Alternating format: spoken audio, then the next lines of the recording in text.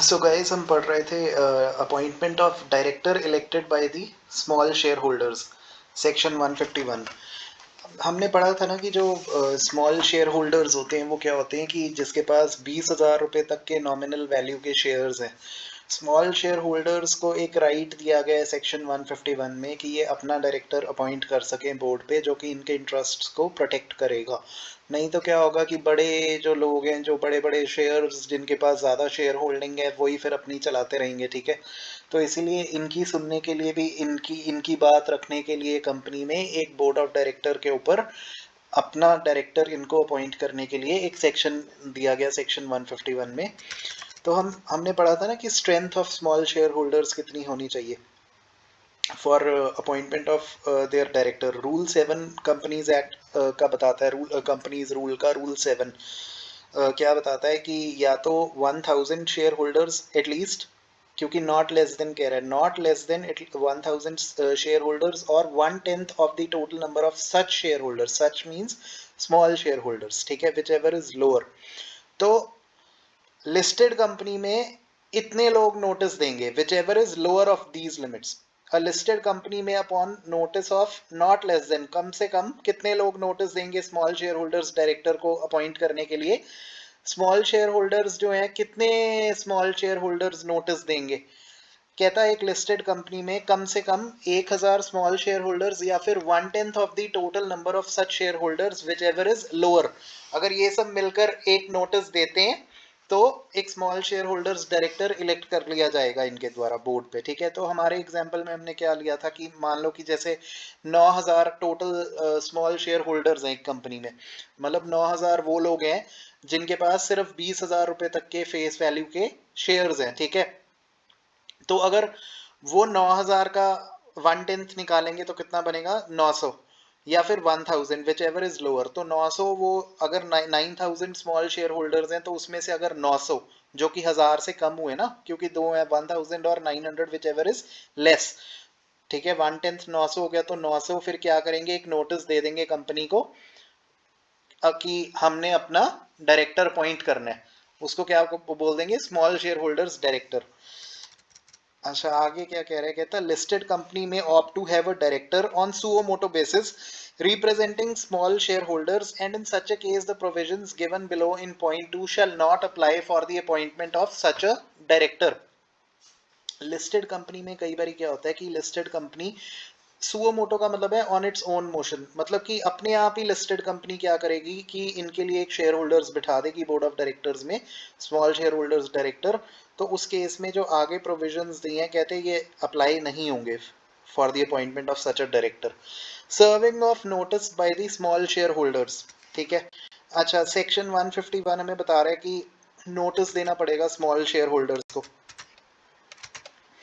Small shareholders intending to propose a person as a candidate for the post of small shareholders director shall give a notice of their intention with the company at least 14 days before the meeting under their signature, specifying the name, address, shares held, and folio number of the person whose name is being proposed for the post of director, or and of the small shareholders who are proposing such person for the office of director। तो ये जो at least 14 days वाला ये provision है, I think ये हमने कहीं पहले पढ़ा है। अगर आपको याद होगा, हमने ना एक सेक्शन किया था, सेक्शन 160, जिसमें हमने पढ़ा था ना, right of directors to, right of other persons to stand for directorship other than the retiring director. हमने सेक्शन 160 में फिर एक प्रोसेस पूरा पढ़ा था कि एक डायरेक्टर को अपॉइंट कैसे करते हैं बेसिकली, है ना। तो एक बार हम देख लेते हैं, फटाफट से उसको निकाल लेते हैं 1 मिनट लगा के ना। तो उसमें पूरा प्रोसीजर लिखा हुआ था ना कि कैसे एक डायरेक्टर को अपॉइंट करना है। हाँ, ये आ गया section 160, right of persons other than the retiring directors to stand for directorship. इसमें पढ़ा था कि एजीएम में या एक्स्ट्राऑर्डिनरी जनरल मीटिंग में पहले उसको अपना कैंडिडेचर अप्लाई करने के लिए एक नोटिस देना पड़ता है, कम से कम 14 दिन पहले। ठीक है, या फिर अगर कोई शेयर होल्डर बनाना चाहता है किसी और आदमी को डायरेक्टर, तो उसको प्रपोज करने के लिए एज अ डायरेक्टर वो मेंबर यानी कि शेयर होल्डर वो नोटिस दे देगा कंपनी को, कंपनी के रजिस्टर्ड ऑफिस पे, at least 14 days before the meeting. और फिर इसमें ये डिपॉजिट करते थे 1 लाख या हायर अमाउंट, और फिर ये इसकी एक्सेप्शंस पड़ी थी हमने। ठीक है, अब देखते हैं। तो इस इसमें भी कुछ वैसा ही रूल पड़ रहे हैं ना, तो मैं इसीलिए वापस ले जाता हूँ। मतलब अगर आपको लगता है कि यार वापस इसलिए ले जाते हैं, तो कहीं कहीं ना कहीं जब हम सिमिलर चीज़ें पढ़ते हैं ना, जो कोर इंटर रिलेट कर सकते हैं पिछली चीज़ों के साथ में, जो हमने पिछले प्रोविजंस पढ़े हैं, पिछला कोई सेक्शन पढ़ा हो, तो हमें कहीं ना कहीं उसको आपस में कोरिलेट करके पढ़ना पड़ता है, ताकि हमें अंडरस्टैंडिंग के लिए थोड़ा सा इजी हो जाए। Serving of notice by the small share holders. अब देखो, अपना डायरेक्टर चुनना है स्मॉल शेयर होल्डर्स ने, स्मॉल शेयर होल्डर्स डायरेक्टर अपने लिए चुनना है जो कि इनकी बात पहुंचा सके कंपनी को। तो इनको भी क्या है, जो 160 में प्रोसीजर पड़ा है सेक्शन में, कि 14 दिन पहले कम से कम एनुअल जनरल मीटिंग के, एक्स्ट्राऑर्डिनरी जनरल मीटिंग के कम से कम 14 दिन पहले इनको एक लिखकर एक नोटिस देना होगा कि हाँ, इस बंदे को हमने अपना डायरेक्टर अपॉइंट करना है। अब दो ही चीजें होती है ना, या तो जो डायरेक्टर होता है वो from with in the share holders होता है, कि शेयर होल्डर्स के अंदर से ही ये किसी और शेयर, मतलब किसी और शेयर होल्डर को, जो स्मॉल शेयर होल्डर जिसके पास 20,000 रुपए तक के ही शेयर्स हैं, उसमें से ही किसी को ये बनाना चाहते हैं, या फिर किसी आउटसाइडर को बनाना चाहते हैं। अगर तो अपने अपने भीतर से ही किसी को बनाना चाहते हैं from with in the small share holders, तो ये क्या करेंगे, उसके पास उसका नाम, address, shares held and folio number. Shares held means कि जिस स्मॉल शेयर होल्डर के उस, मतलब जिसका ये नाम प्रपोज कर रहे हैं उसको अपॉइंट करवाने के लिए एज अ डायरेक्टर, कि उसके पास कितने शेयर्स हैं और उसका फोलियो नंबर क्या है, ठीक है। तो नाम, उसका एड्रेस, नाम, address, number of shares held, folio number, ये उसका लिख कर दे देंगे नोटिस के साथ में ना, नोटिस के अंदर ही, कि हाँ भी हम इसको बनाना चाहते हैं, इसको डायरेक्टर अपॉइंट करवाना चाहते हैं हम, ठीक है। या फिर अगर उसके पास, अगर कोई आउटसाइडर है वो, तो फिर उसके पास तो शेयर्स होंगे नहीं, तो उस केस में उसका नंबर ऑफ शेयर्स हेल्ड और फोलियो नंबर उस केस में नहीं देना पड़ेगा नोटिस में, ठीक है। तो ये नोटिस स्मॉल शेयर होल्डर्स को देने कम से कम 14 दिन पहले, जैसे सेक्शन 160 बताता था कि the procedure for appointing a director other than A retiring person. तो स्मॉल शेयर होल्डर्स को भी अगर अपने बंदे को डायरेक्टर अपॉइंट करवाना है, तो कम से कम 14 दिन पहले एक्स्ट्राऑर्डिनरी जनरल मीटिंग या एनुअल जनरल मीटिंग पे एक नोटिस देना होगा कंपनी को, stating their intention to propose the particular person as a director, ठीक है। चाहे वो उनके भीतर से होगा तो उसका नाम, पता, नंबर ऑफ शेयर्स हेल्ड और फोलियो नंबर देना होगा, और अगर वो आउटसाइडर होगा तो उस केस में नाम और पता देना होगा, शेयर्स हेल्ड और फोलियो नंबर नहीं देना होगा, ठीक है। अच्छा, statement to be annexed with the notice. Notice shall be accompanied by a statement signed by the person whose name is being proposed for the post of small shareholders director, stating his DIN number, that he is not disqualified to become a director under the act, and his consent to act as a director of the company.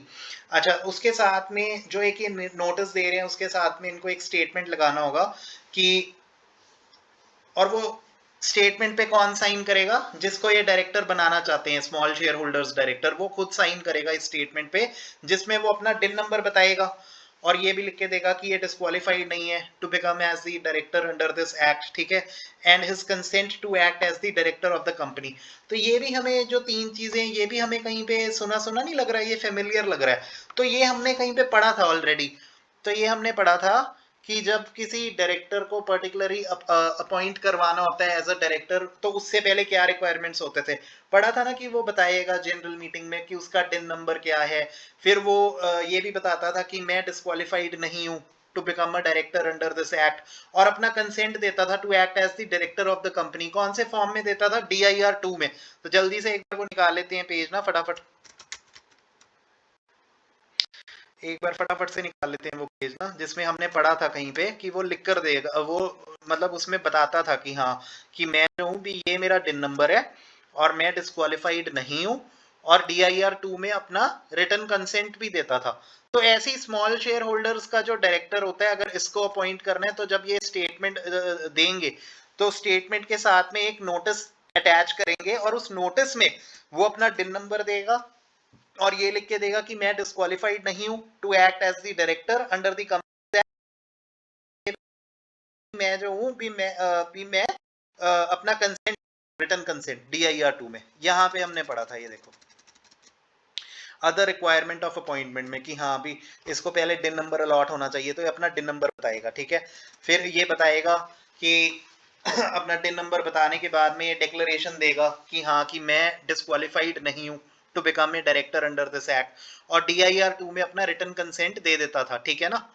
फिर आपको याद होगा कि 30 दिन के अंदर उसके appointment के DIR 12 में वो ROC को सबमिट कर देते थे कंपनी ना उसका consent along with the prescribed fees, ठीक है। चलो फिर अब आगे चलते हैं। हमने देख लिया ना कि हमने इसको कि ये कहाँ पे हमने पढ़ा था। अब आगे चलते हैं वापस से।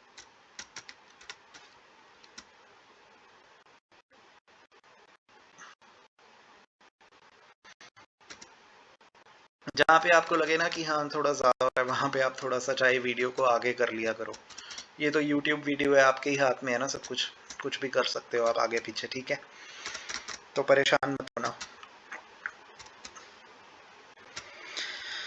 अच्छा, तो स्मॉल शेयर होल्डर्स के डायरेक्टर्स को कैसे अपॉइंट करनी है उसका प्रोसीजर देख रहे थे, ठीक है। स्मॉल शेयर होल्डर्स के डायरेक्टर्स का प्रोसेस पूरा रूल 7 में दिया गया है of the companies appointment and qualification of directors rules में। स्मॉल शेयर होल्डर वो होते हैं जिनके पास 20,000 रुपए तक के शेयर्स होते हैं, उससे ज्यादा नहीं होते, ठीक है ना। उनको बोल देते हैं हम स्मॉल शेयर होल्डर्स, ठीक है।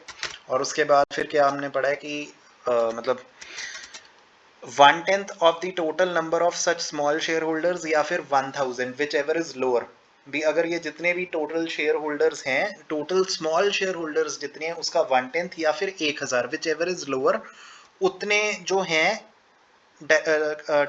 उतने जो शेयर होल्डर्स हैं विच एवर इज लेस, ये अपना एक स्मॉल शेयर होल्डर अपॉइंट कर सकते हैं एक लिस्टेड कंपनी में। याद रखना सिर्फ लिस्टेड कंपनी में, ठीक है ना।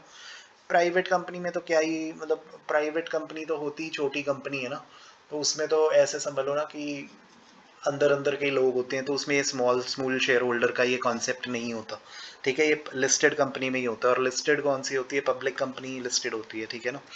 तो ये यहाँ पे लिस्टेड कंपनी की बात करें, लिस्टेड कंपनी में 1000 स्मॉल शेयर होल्डर्स या फिर 1/10 of the total number of such share holders which ever is less, ठीक है। तो इतने जो इनमें से जितने आएंगे, ठीक है। हमारे एग्जांपल में 9000 हमने टोटल स्मॉल शेयर होल्डर्स लिए थे, तो उसका 1/10 900 हो गया। 900 और 1000 में से लेस कौन सा हुआ, 900।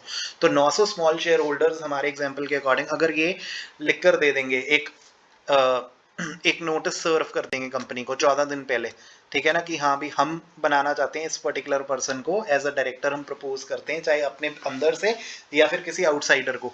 तो उसका अगर अपने अंदर से ही बनाना है उसको, अपने मतलब वो शेयर होल्डर ही है, स्मॉल शेयर होल्डर ही है, उसी को ही बनाना चाहते हैं बाकी स्मॉल शेयर होल्डर्स, तो फिर उसका नाम, address, number of shares held और उसका फोलियो नंबर लिख के दे देंगे 14 दिन पहले मीटिंग से कम, ठीक है।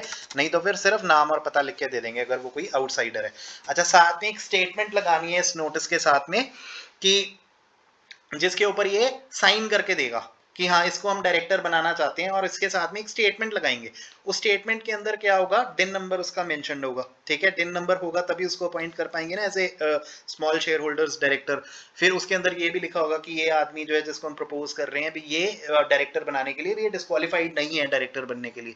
फिर his consent to act as a director of the company, DIR 2 में लगाना पड़ता है ना कि हाँ भी ये मेरा कंसेंट है, भी मैं बनना चाहता हूँ डायरेक्टर, ठीक है। तो ये डिन नंबर अपना बताएगा उसमें स्टेटमेंट में, फिर अब लिख के देगा कि मैं डिस्क्वालिफाइड नहीं हूँ और मेरा कंसेंट किया, मैं बनना चाहता हूँ, साइन करके दे देगा, ठीक है। Statement to be next with the notice.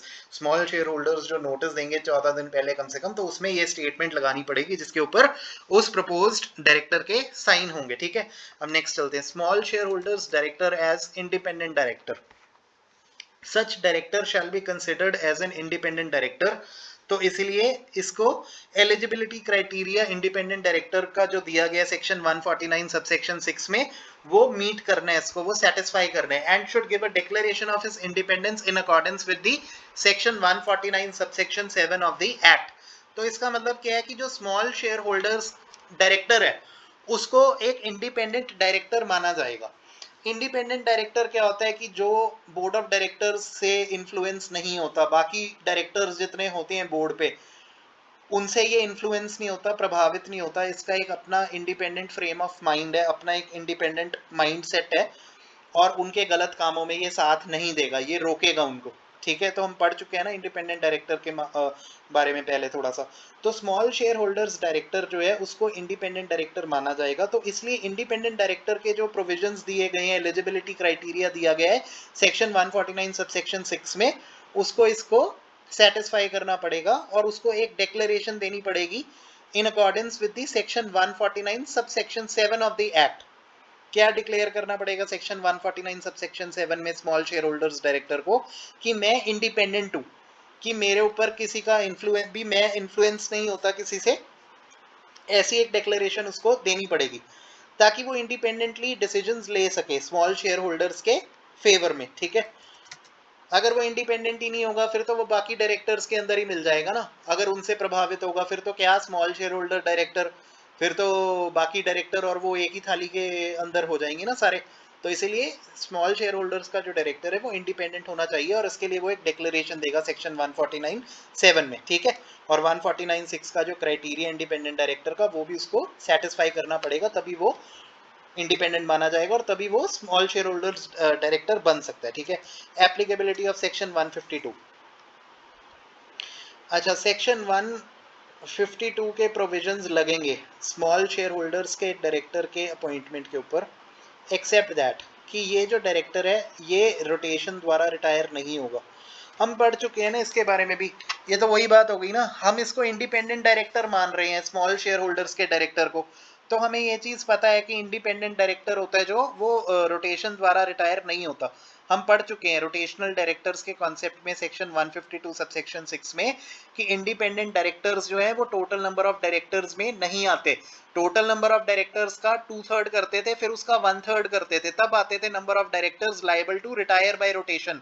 तो उसमें टोटल नंबर ऑफ डायरेक्टर्स में आपको याद होगा कि इंडिपेंडेंट डायरेक्टर्स और नॉमिनी डायरेक्टर्स उसमें नहीं आते थे। ठीक है, तो इसलिए ये स्मॉल शेयर होल्डर्स जो है इंडिपेंडेंट डायरेक्टर है तो फिर ये रोटेशन द्वारा रिटायर नहीं होता, क्योंकि इंडिपेंडेंट डायरेक्टर जो है he is not liable to retire by rotation. Such directors tenure as small share holders director shall not exceed a period of 3 consecutive years. ये जो इसका कार्यकाल होगा छोटे शेयर होल्डर्स के डायरेक्टर का, ये 3 साल लगातार, इससे ज़्यादा नहीं हो सकता और ना ये रोटेशन से जा सकता है क्योंकि ये इंडिपेंडेंट है। अच्छा, कहता on the expiry of the tenure such director shall not be eligible for reappointment. जब बोल ही दिया कि 3 साल अगर तूने लगातार काम कर लिया कंपनी में as a small share holders director तो इसका कार्यकाल समाप्त हो जाएगा, तो रीअपॉइंटमेंट का तो सवाल ही नहीं पैदा होता इसके एक्सपायरी के बाद, इसके कार्यकाल के। ठीक है, तो एप्लीकेबिलिटी ऑफ सेक्शन 152 में क्या है कि 152 सेक्शन लगता है स्मॉल शेयर होल्डर्स डायरेक्टर के अपॉइंटमेंट के ऊपर, लेकिन ये रोटेशन द्वारा रिटायर नहीं होगा क्योंकि ये पहली बात तो इंडिपेंडेंट डायरेक्टर है और इंडिपेंडेंट डायरेक्टर रोटेशन द्वारा रिटायर होता ही नहीं है। फिर इसका जो कार्यकाल होगा वो 3 कंसेक्यूटिव ईयर्स तक ही हो सकता है, उससे ज़्यादा नहीं हो सकता। और जब इसका 3 साल इसके जब समाप्त हो जाएंगे लगातार वो भी कंपनी में, तो उसके बाद ये रीअपॉइंटमेंट के लिए एलिजिबल नहीं है। Applicability of section 164. A person shall not be appointed as a small shareholders director of a company if he is not eligible for appointment in terms of section 164, which specifies the disqualifications for the appointment as a director. कहता कि 164 section जो है ना companies act का, उसमें डिस्क्वालिफिकेशंस बताई गई हैं डायरेक्टर की अपॉइंटमेंट के लिए कि कब ये आदमी जो है ये डिस्क्वालिफाइड माना जाएगा कि इसको नियुक्ति नहीं कर सकते एज अ डायरेक्टर, तो ये स्मॉल शेयर होल्डर्स डायरेक्टर नहीं माना जाएगा, मतलब ये अपॉइंट नहीं किया जा सकता as a small share holders director if he is not eligible for the appointment in terms of section 164। तो मतलब कहने का ये है कि यार सेक्शन 164 में लिखा हुआ है कि भी हाँ अगर ये चीज़ें हुई तो डिस्क्वालीफाई हो जाएगा एक बंदा ना अपॉइंट होने के लिए एज ए डायरेक्टर। तो अगर ये किसी डिस्क्वालिफिकेशन में आ गया सेक्शन 164 में तो ये स्मॉल शेयर होल्डर्स का डायरेक्टर नहीं अपॉइंट हो सकता। Vacation of office. A person who is appointed as a small shareholder shall vacate the office if small shareholders का जो डायरेक्टर बना है वो उसकी जगह कब खाली हो जाएगी, कब वेकेट करेगा वो अपना डायरेक्टर का ऑफिस, अगर वो कोई डिस्क्वालिफिकेशन इनकर कर देता है सेक्शन 164 में। ठीक है, the office of the director becomes vacant in pursuance of section 167। अभी हमने सेक्शन 167 नहीं पढ़ा, बस ऐसे समझ लो कि अभी सेक्शन 167 में अगर कोई किसी तरीके से इसका ऑफिस वेकेंट हो जाता है, ठीक है, तो ये डायरेक्टर नहीं बन सकता। तो मतलब ये डायरेक्ट सॉरी बन नहीं सकता, मतलब बनने के स्मॉल शेयर होल्डर्स का डायरेक्टर बनने के बाद ये अपना ऑफिस वेकेट कर देगा एज अ डायरेक्टर, ठीक है। The director ceases to meet the criteria of the independence as provided in section 149(6). तो हम ऊपर पढ़ के हटे हैं ना कि यार ये जो डायरेक्टर होता है स्मॉल शेयर होल्डर्स का, इसको इंडिपेंडेंट डायरेक्टर बोलते हैं। तो अगर इसकी इंडिपेंडेंसी खत्म हो गई, इंडिपेंडेंस का जो क्राइटेरिया दिया गया है सेक्शन 149(6) में, अगर इसने वो क्राइटेरिया पहले ये सेटिस्फाई कर रहा था तो इसलिए ये बन गया स्मॉल शेयर होल्डर्स का डायरेक्टर। लेकिन जिस वक्त the director ceases to meet such criteria of independence, कुछ ऐसा हो गया कि इसकी इंडिपेंडेंस खत्म हो गई, अब ये बाकी लोगों से इन्फ्लुएंस होना शुरू हो गया, बाकी बोर्ड ऑफ डायरेक्टर से, तो बस उसी समय इसका कार्यकाल जो है समाप्त हो जाएगा as the small share holders director, ठीक है ना। क्योंकि अब ये उन्हीं के साथ मिल गया ना, बाकी सबके साथ मिल गया बोर्ड ऑफ डायरेक्टर्स में, तो अब ये इंडिपेंडेंट नहीं रहा, तो इसीलिए अब इसको हटाना होगा, इसको अपना ऑफिस वेकेट करना होगा, ठीक है। फिर या तो फिर बी पॉइंट में क्या पड़ा, if the office of director becomes vacant in pursuance of section 167।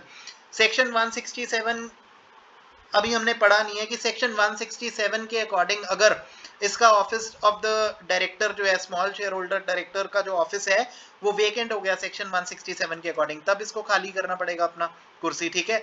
या फिर अगर ये डिस्क्वालीफाई हो जाता है सेक्शन 164 के अकॉर्डिंग, तो 3 पॉइंट पढ़ लिए, सेक्शन 164 में डिस्क्वालीफाई हो गया, सेक्शन 167 में क्या वेकेंट हो गया इसका ऑफिस, ठीक है। या फिर इंडिपेंडेंस का जो क्राइटेरिया है वो अभी ये सेटिस्फाई नहीं करता, कि इसने कुछ ऐसा कर दिया कि अब ये इंडिपेंडेंट नहीं रहा, सेक्शन 149(6) में जो क्राइटेरिया लिखा हुआ है अब ये उसके अकॉर्डिंग इंडिपेंडेंट नहीं रहा, तो इसको अपना ऑफिस खाली करना होगा। Maximum number of directorships, no person shall hold the position of small shareholders director in more than 2 companies at the same time। अच्छा, अब ये however the second company in which he has been so appointed shall not be in a business which is competing or is in conflict with the business of the first company।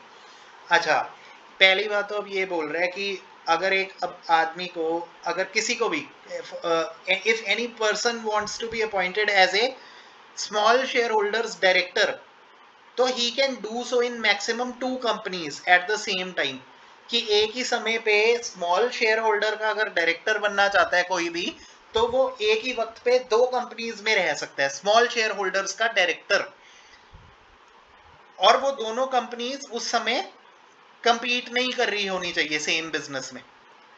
क्योंकि अगर दोनों कंपनियां आपस में compete कर रही होंगी, यार तुम ऐसे समझो कि कंपनी ए और कंपनी बी है, कंपनी ए जो है वो कंपनी बी की राइवल कंपनी है। अब जैसे हॉर्लिक्स है, बॉर्नविटा है, ये क्या, ये मतलब दूध में डाल के पीने वाली चीजें है ना, सपोज अब जैसे हॉर्लिक्स हो गया, कॉम्प्लान हो गया, बॉर्नविटा हो गया, ये तो बच्चे पीते हैं दूध में डाल के, मतलब तो इट मीन्स कि ये कंपनीज क्या है कि सेम लाइन ऑफ बिजनेस में है, तो ये कंपेटिटर्स है मार्केट में। तो अगर ये दोनों एक दूसरे के साथ compete कर रहे हैं, तो अगर एक ही आदमी इन दोनों कंपनीज का स्मॉल शेयर होल्डर्स का डायरेक्टर होगा, तो वो दोनों कंपनीज का भला कैसे कर पाएगा। वो एक कंपनी को भी आगे पहुंचाने की कोशिश करेगा और इनके डायरेक्टर्स के इंटरेस्ट को प्रोटेक्ट करेगा, सॉरी इनके शेयर होल्डर्स को, स्मॉल शेयर होल्डर्स के इंटरेस्ट को प्रोटेक्ट करेगा। कंपनी बी जो बॉर्नविटा बेच रही है उसको भी बचाएगा, उसको भी आगे पहुंचाएगा, उनके भी इंटरेस्ट को प्रोटेक्ट करेगा। तो फिर ए और बी कंपनी अगर दोनों की, फिर ये तो राइवल कंपनीज है ना, ऐसे नहीं हो सकता। तो जिन 2 कंपनियों का ये इंडिपेंडेंट डायरेक्टर अपॉइंट होएगा एक समय पे, पहली बात तो 2 कंपनीज का मैक्सिमम ये स्मॉल शेयर होल्डर्स डायरेक्टर ये बन सकता है एक समय पे, ठीक है। दूसरी बात, ये दोनों कंपनीज कंपीटिंग नहीं होनी चाहिए, और they should not be in conflict with the business of the first company. अगर सेकंड कंपनी का ये डायरेक्टर बनेगा, independent small share holders director अगर ये बनेगा, तो उसका पहली कंपनी के साथ में कॉन्फ्लिक्ट नहीं होना चाहिए जिस कंपनी में ये पहले से ही स्मॉल शेयर होल्डर्स डायरेक्टर है, ठीक है। अब कूलिंग पीरियड आ गया, तो ये हमें पता लग गया कि एक वक्त पे मैक्सिमम 2 ही कंपनियों का स्मॉल शेयर होल्डर्स डायरेक्टर बन सकता है, और वो भी दोनों एक दूसरे के साथ कंपीट नहीं कर रही होनी चाहिए, या एक दूसरे के साथ में इनका कॉन्फ्लिक्ट नहीं होना चाहिए। Cooling period. A small shareholders director shall not be appointed in or be associated with such company in any other capacity, either directly or indirectly, for a period of 3 years from the date on which he ceases to hold office as a small shareholders director in a company.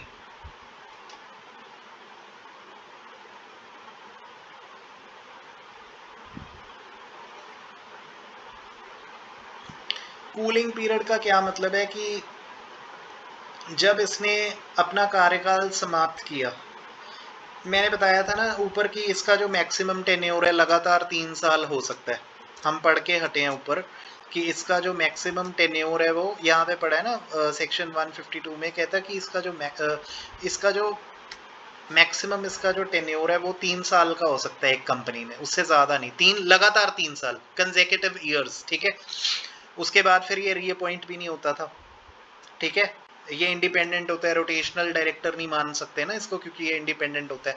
तो cooling period में ये कह रहा है कि इसको किसी और कैपेसिटी में डायरेक्टली या इनडायरेक्टली 3 साल तक, for a period of 3 years from the date on which he ceases to hold the office as a small shareholders director in the company, नहीं इसको अपॉइंट किया जा सकता किसी और कैपेसिटी में डायरेक्टली या इनडायरेक्टली।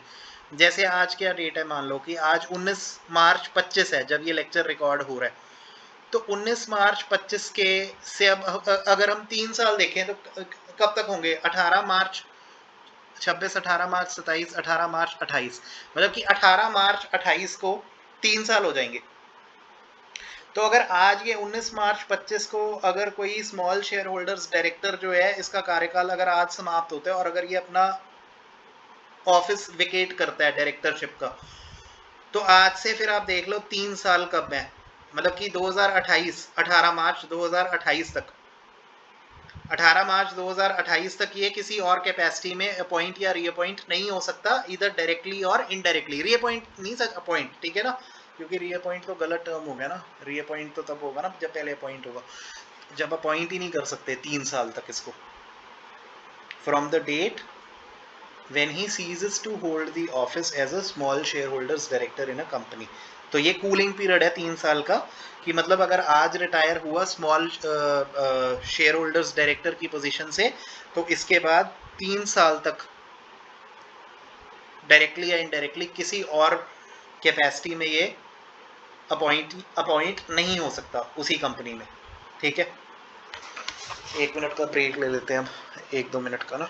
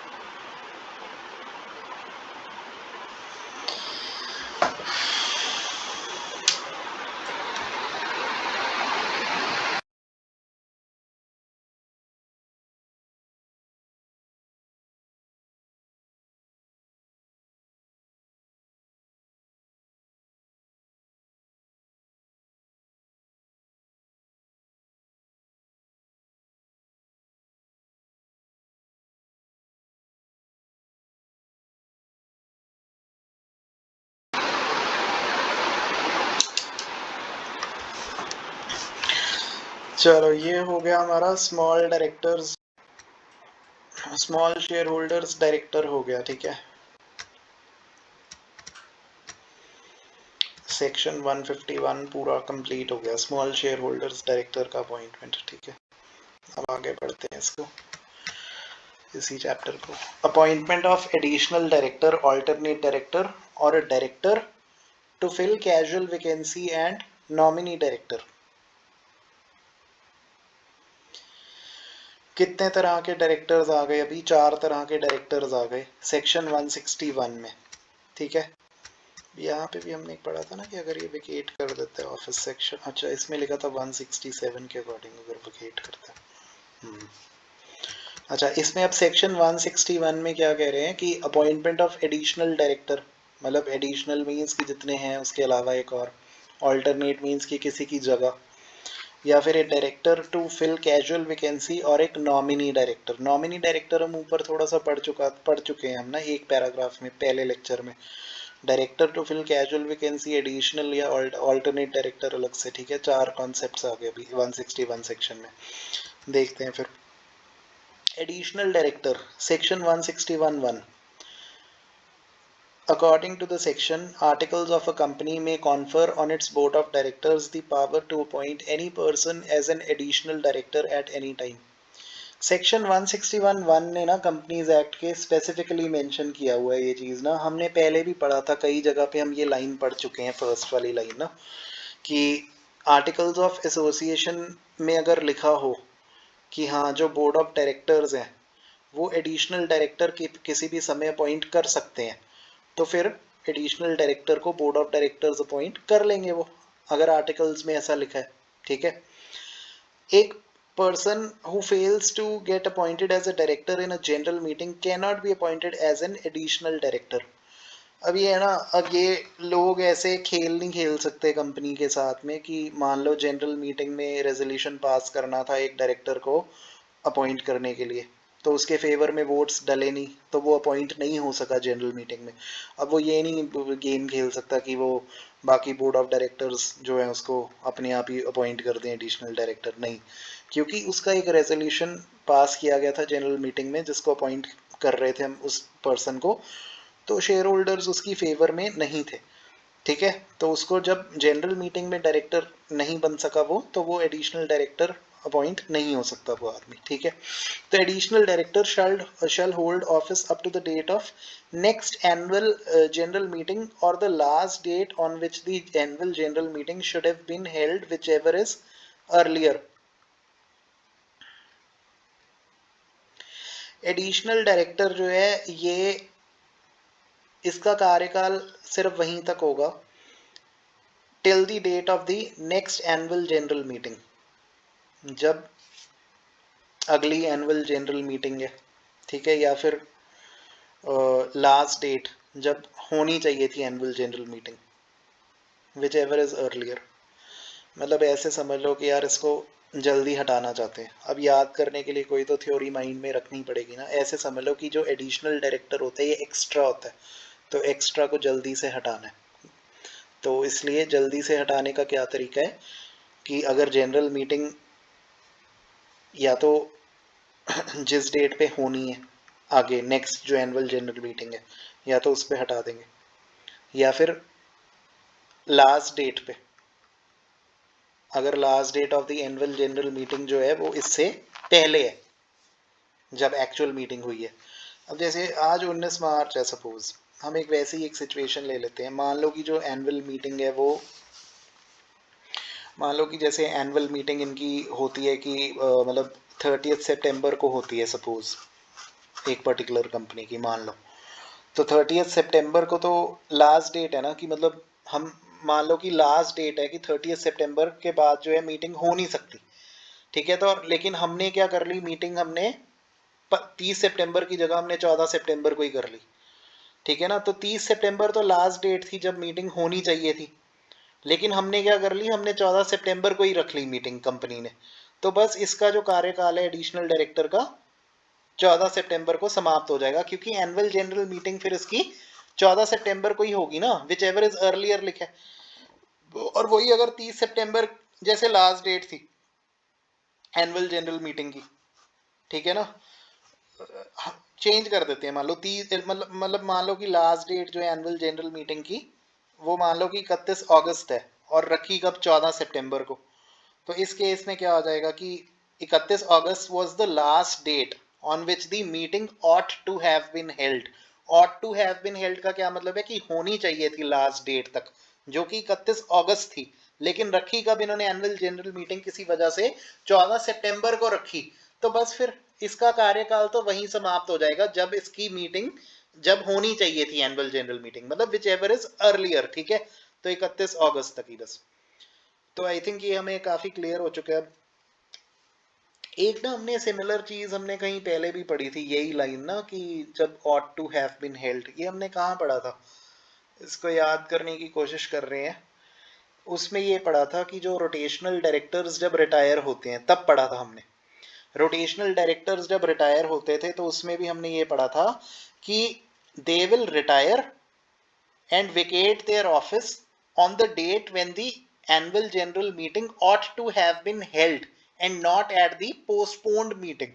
तो उसमें ये पढ़ा था ना कि जब रिटायरमेंट बाय रोटेशन वाला कोई डायरेक्टर जब रिटायर होएगा फाइनली, और अगर मान लो उसने एनुअल जनरल मीटिंग पे होना था और डेट उसकी पोस्टपोन हो गई, 15 दिन के बाद अब रख ली इन्होंने, तो फिर वो उसी दिन को रिटायर हो जाएगा 15 दिन पहले ही, जब एक्चुअल में पहले मीटिंग रखी गई थी ओरिजिनल डेट पे, ना कि पोस्टपोन्ड डेट पे। ठीक है ना? तो इसमें भी कुछ सिमिलर चीज पढ़ रहे हैं एडिशनल डायरेक्टर के कॉन्सेप्ट में भी, कि एडिशनल डायरेक्टर का जो ऑफिस है, इसका जो कार्यकाल है वही समाप्त हो जाएगा कि जब नेक्स्ट एनुअल जनरल मीटिंग है तब, मतलब जब एक्चुअल में रखी, या फिर जो लास्ट डेट है रखने की एनुअल जनरल मीटिंग को, विच एवर इज अर्लियर। ठीक है? तो पहले वाली डेट पे, क्योंकि मैंने बताया ना यार ये एक्स्ट्रा होता है एडिशनल डायरेक्टर, तो याद करने के लिए एक थ्योरी बना लो कि एक्स्ट्रा वाले को पहले बाहर निकालो। ठीक है ना?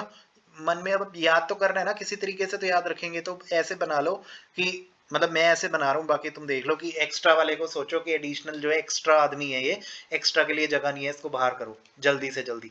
तो वही तरीका है ना, अगर last date annual general meeting की बाद में है और हमने मीटिंग पहले ही रख ली तो पहले ही बाहर कर दो। ठीक है ना? और अगर मीटिंग हमने लास्ट डेट के बाद में रखी तो इसको जब मीटिंग रखी जानी चाहिए थी जो उसकी लास्ट डेट थी उस पर बाहर कर दो, तो मतलब विच एवर इज अर्लियर। ठीक है? अच्छा, with a view to meet the urgent requirements of management, the BOD is empowered to appoint any person as an additional director at any time if such power is granted by the articles.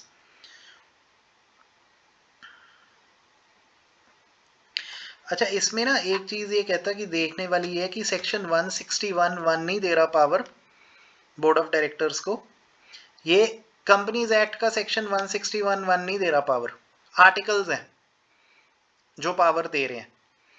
मतलब ठीक है, तो urgent requirements कई बार management की होती हैं कि board of directors कहते हैं कि यार एक और आदमी को एडिशनल डायरेक्टर बनाना पड़ेगा, भी हमसे अकेले नहीं संभल रहा कंपनी का सारा जो भार है, भी एक और डायरेक्टर हमें लेके आना पड़ेगा। तो अगर आर्टिकल्स में ऐसा लिखा हुआ है कि हाँ कि बोर्ड ऑफ डायरेक्टर्स अपॉइंट कर सकते हैं किसी भी समय एडिशनल डायरेक्टर को, तो वो कर देंगे। तो ऐसी आर्टिकल्स में अगर लिखा हो तब ये पावर मिल रही है।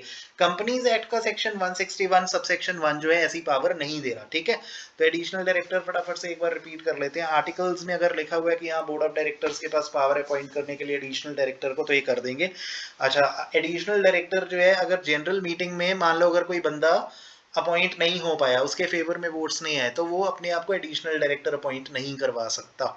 एडिशनल डायरेक्टर का कार्यकाल आपको बता ही दिया है, नेक्स्ट एनुअल जनरल मीटिंग जब है या फिर जो लास्ट डेट है एनुअल जनरल मीटिंग रखने की, विच एवर इज अर्लियर, बस तब तक ही होगा। ठीक है? अर्जेंट रिक्वायरमेंट्स होती हैं कई बार, मैनेजमेंट को कार्यभार इतना होता है कि उनको अर्जेंटली जरूरत होती है कि हाँ भी एक एडिशनल जो एक डायरेक्टर है उसको लेके आने की, तो फिर ये अगर इनके पास ये पावर आर्टिकल्स दे रहे हैं तो ये कर देंगे अपॉइंट। ठीक है? एडिशनल डायरेक्टर को मैनेजमेंट के लिए, मैनेजमेंट की रिक्वायरमेंट के लिए। The person to be appointed as additional director should possess DIN. तो यार अब कोई भी डायरेक्टर है, चाहे इंडिपेंडेंट डायरेक्टर है, स्मॉल शेयर होल्डर्स का चाहे डायरेक्टर है, कोई भी है, अब जब भी किसी को अपॉइंट कर रहे हैं डिन नंबर तो उसके पास पहले होना चाहिए ना। and must not be the person who failed to get appointed in a general meeting। ये रेपिटेशन है, अभी ऊपर पढ़ के हटे हैं कि यार जो आदमी जनरल मीटिंग पे कभी इसके मतलब resolution was put up in the general meeting to appoint this particular person as a director, और वो रेजोल्यूशन पास नहीं हो पाया क्योंकि इसके फेवर में वोट्स ही नहीं है, तो एक ऐसा आदमी जिसको जनरल मीटिंग में जिसके फेवर में वोट नहीं आए ना, तो उसको अपॉइंट नहीं कर सकते एडिशनल डायरेक्टर के तौर पे। ठीक है ना? और वही डायरेक्टर बनने से पहले इसके पास डिन होना चाहिए, जो कि इतनी बारी हम पहले भी पढ़ चुके हैं। This brings to the force the power of share holders, that is any person discarded as a director at. इससे हमें पता लग रहा है कि शेयर होल्डर्स की क्या अहमियत है, इनकी क्या हैसियत है एक कंपनी में। जो एक आदमी जिसको दुत्कार दिया, डिस्कार्ड कर दिया गया, जैसे कचरे को हम डिस्कार्ड कर देते हैं ना, तो कहते हैं कि any person who is discarded as a director at a general meeting by the share holders, जिसको शेयर होल्डर्स ने डिस्कार्ड कर दिया, एक बार रिजेक्ट कर दिया जनरल मीटिंग में, can not get appointed by the board of directors through a backdoor entry. ये पीछे के दरवाजे से एडिशनल डायरेक्टर बन के नहीं अपने आप को वापस ला सकता एज अ डायरेक्टर कंपनी में। जब शेयर होल्डर्स ने इसको डिस्कार्ड कर दिया, उन्होंने कह दिया कि भाई जनरल मीटिंग में कि भी तू नहीं चाहिए हमें, तो मतलब नहीं आएगा फिर ये। एडिशनल डायरेक्टर फिर ये बन के नहीं आ सकता, ठीक है।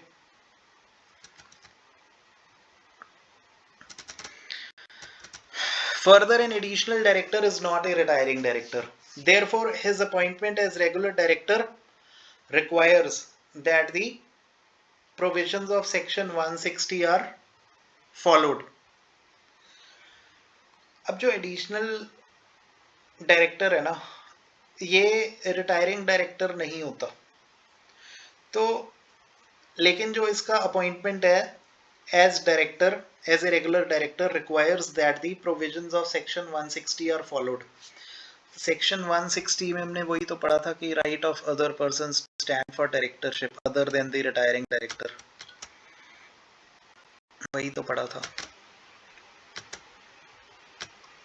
हाँ, तो इसमें भी वही प्रोसीजर, जब एडिशनल डायरेक्टर को अपॉइंट करेंगे तो कहते हैं कि इसमें कोई मतलब सेक्शन 160 वाला प्रोसेस जो है इसमें भी फॉलो करना पड़ेगा।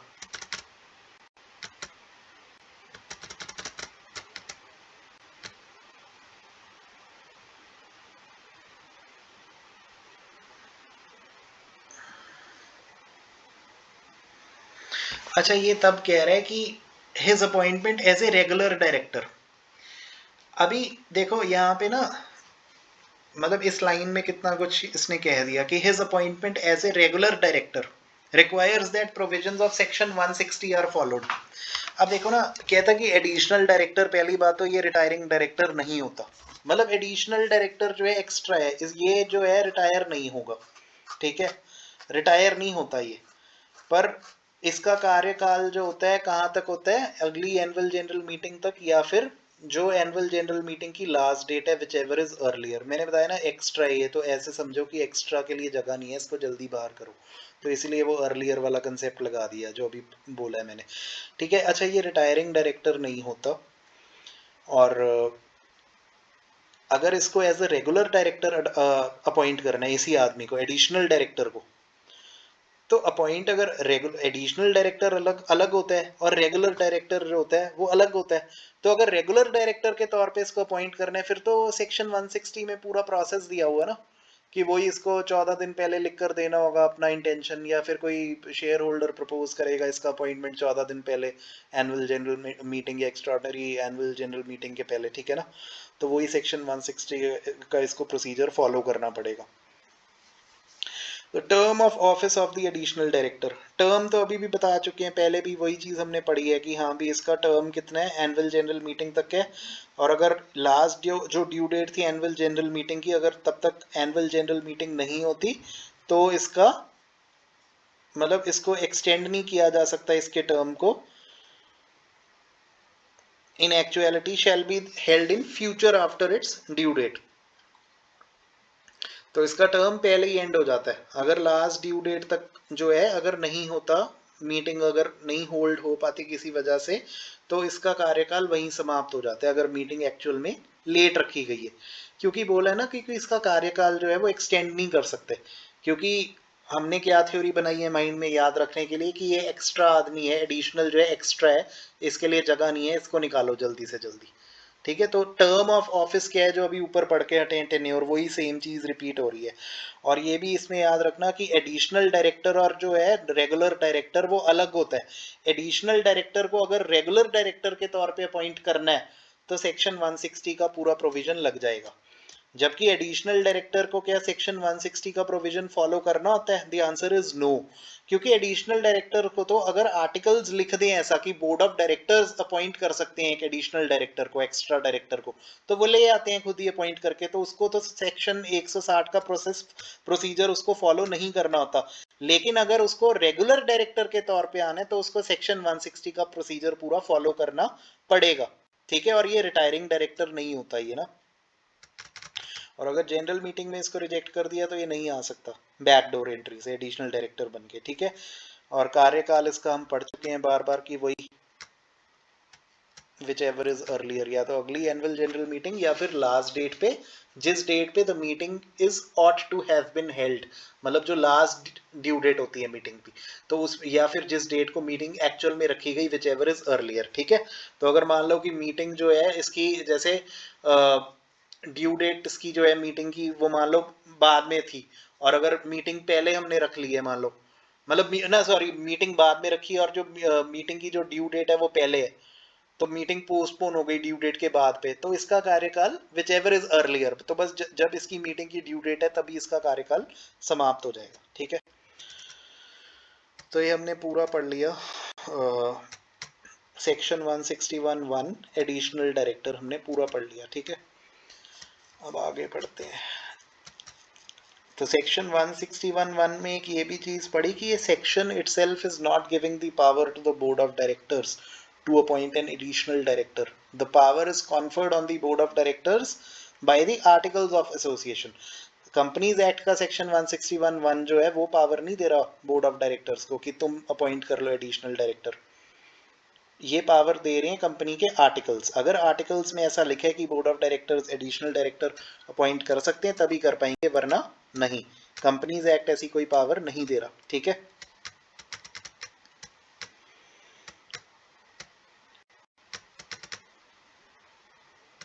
अब आ गया ऑल्टरनेट डायरेक्टर, सेक्शन 161 सबसेक्शन 2।